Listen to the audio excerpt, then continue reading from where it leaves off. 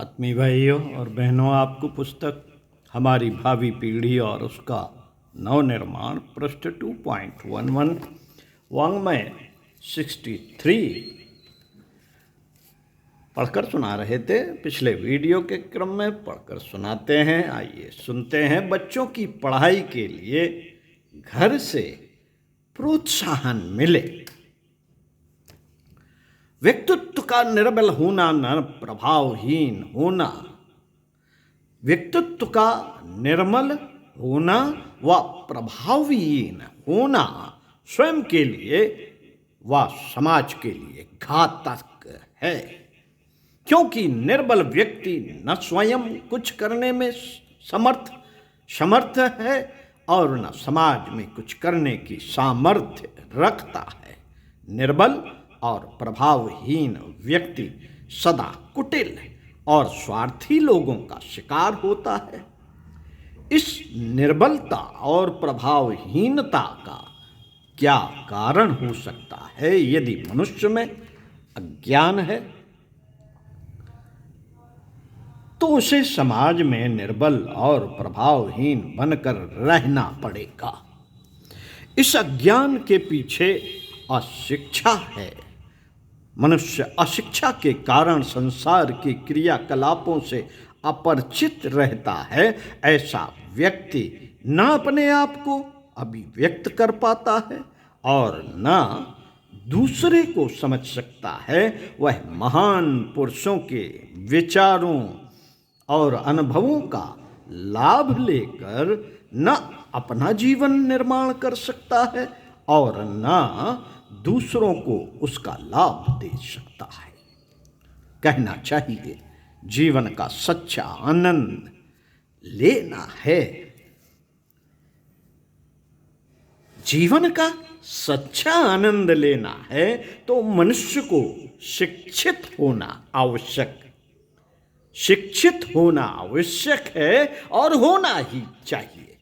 ऐसा भी देखा जाता है कि बहुत से लोग शिक्षित तो हैं और उन्होंने ऊंची ऊंची उपलब्धियां प्राप्त कर ली हैं, लेकिन इस सामाजिक जीवन में कूद पड़ने की हिम्मत नहीं रखते, नहीं कर पाते।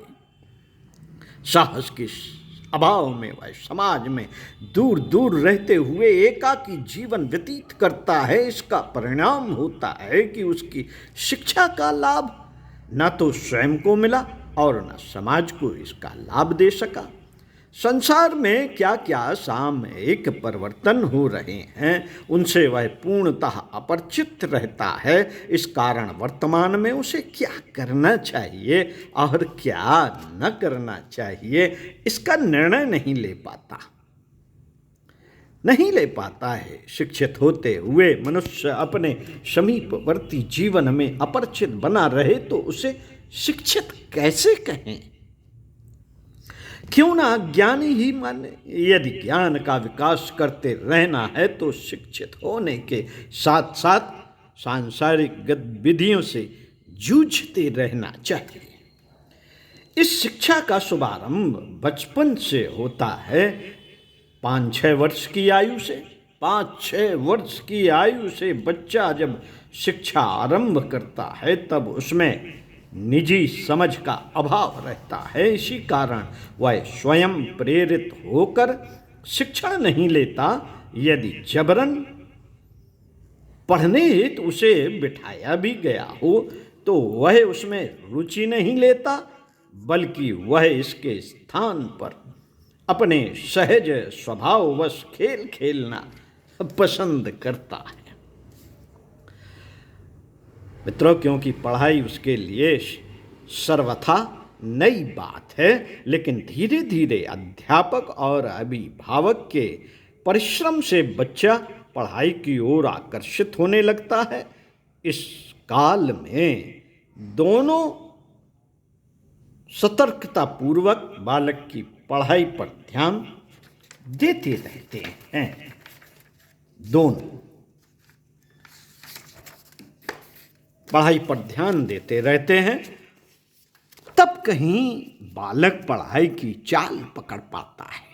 वैसे ही बालक पढ़ाई के संबंध में रुचि लेना आरंभ कर देता है तो घरों में अभिभावक बालक की पढ़ाई के प्रति ध्यान देना बंद कर देते हैं। वे इस ओर असावधान और उदासीन हो जाते हैं। इसका प्रभाव बच्चे की पढ़ाई की गति पर गिरता है। उसकी पढ़ाई की गति बंद होने लगती है। संभव है उसका ध्यान इधर उधर भी भटक सकता है, ताकि वह बालक आगे जाकर पढ़ाई में ही बंद ना हुए, उल्टे सीधे मार्ग पर आकर अपना जीवन बर्बाद कर सकता है। साथियों, इधर स्कूलों में अध्यापक भी ऐसे बच्चों के प्रति उदासीन हो जाते हैं। यहां भी जब बालक ढील देखता है तो उसे इधर उधर भटकने के अवसर मिलते हैं और उसकी पढ़ाई के स्तर से में भी कमी आती ही है। यदि बालक ने प्रारंभिक अवस्था में पढ़ाई की चाल पकड़ भी ली तो अभिभावक और अध्यापक बच्चे का तब तक पीछा नहीं छोड़े कि बालक में स्वयं की जब तक समझ न आ जाए।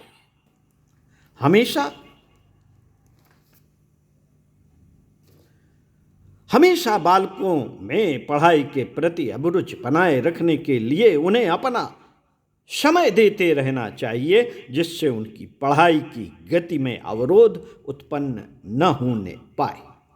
जब तक बालक पढ़ाई में रंग न जाए तब तक अभिभावक घर पर प्रतिदिन घंटा आधा घंटा उनकी पढ़ाई लिखाई के लिए दिया करें। उन्होंने स्कूल में क्या काम किया तथा कौन सा काम किया गया उसकी मात्र जानकारी ही न लें, बल्कि संबंधित समस्या का समाधान भी करें।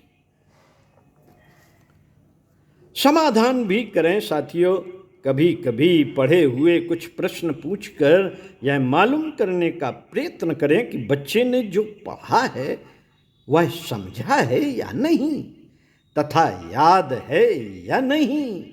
उनकी गृह कार्य की कापियां देखें। बालक ने शिक्षक से गृह कार्य को जचवाया या नहीं, इसके संबंध में जानकारी लेने के साथ साथ कापियों में आई गलतियों की ओर से बालक का ध्यान आकर्षित करते रहना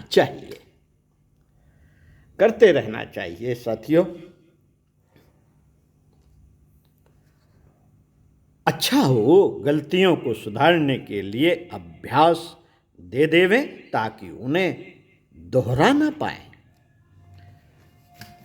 यदि यह प्रक्रिया नियमित रूप से चलाई जाए तो बालक सतर्क हो जाता है और विद्यालय के कार्य को बराबर करेगा। यही नहीं वरन पढ़ाई की ओर उसकी अभिरुचि बढ़ती जाएगी, क्योंकि काम का निरीक्षण होते रहने से उस कार्य में कौशल भी आता है और उसे करते रहने के प्रति जागृत होता है। जहाँ अभिभावक इतना नहीं कर पाते हैं तो उनके बालक अध्ययन में रुचि नहीं लेते हैं और एक बार पढ़ाई में पिछड़ जाने पर उनमें निराशा घर करने लगती है। यही निराशा उन्हें अध्ययन से हटाकर इधर उधर भटकने के लिए बाध्य करती है। कितना महत्वपूर्ण उत्तरदायित्व है साथियों, कितना महत्वपूर्ण उत्तरदायित्व है अभिभावकों का बालकों के प्रति। ये प्रश्नवाचक निशान इसमें लगा हुआ है।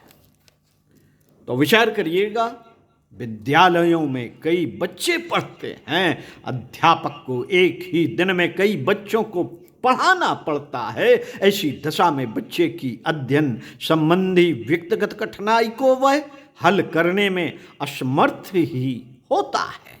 यूं भी शिक्षक का ध्यान इतना बिखरा होता है कि वह किसी विशेष बालक पर ध्यान नहीं दे पाता। ऐसे बालकों की पकड़ यदि घर पर अभिभावक नहीं कर पाए तो समझिए कि बच्चा अध्ययन के नाम पर हाथ से निकल जाता है। स्कूल में अध्यापक की विशेष पकड़ नहीं और घर पर अभिभावक का ध्यान नहीं, फिर तो उस बालक के लिए समाज का विशाल क्षेत्र खुला रहता है। वह उस ओर अपने आप को उन्मुख कर लेता है। मित्रों, जबकि अभिभावक को बालक के अध्यापक पर ही निर्भर रहते हुए स्वयं लापरवाह नहीं हो जाना है। स्वयं लापरवाह नहीं हो जाना है। अभिभावक अध्यापक के अध्यापन के बाद भी घर पर बालक के अध्ययन के प्रति सतर्क रहे। कम से कम अभिभावक थोड़ा थोड़ा समय भी निकालते रहें तो बालक अध्यापक के अलावा भी बहुत कुछ सीख सकता है, बहुत कुछ सीख सकता है और पढ़ सकता है।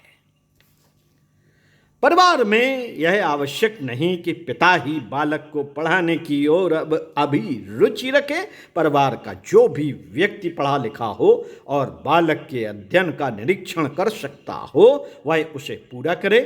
फिर चाहे उसमें माँ हो सकती है अथवा परिवार का कोई भी वयस्क परिजन हो सकता है, पर इनमें से कोई भी योग्यता न रखता हो तो पिता को इस उत्तरदायित्व को वहन करना चाहिए।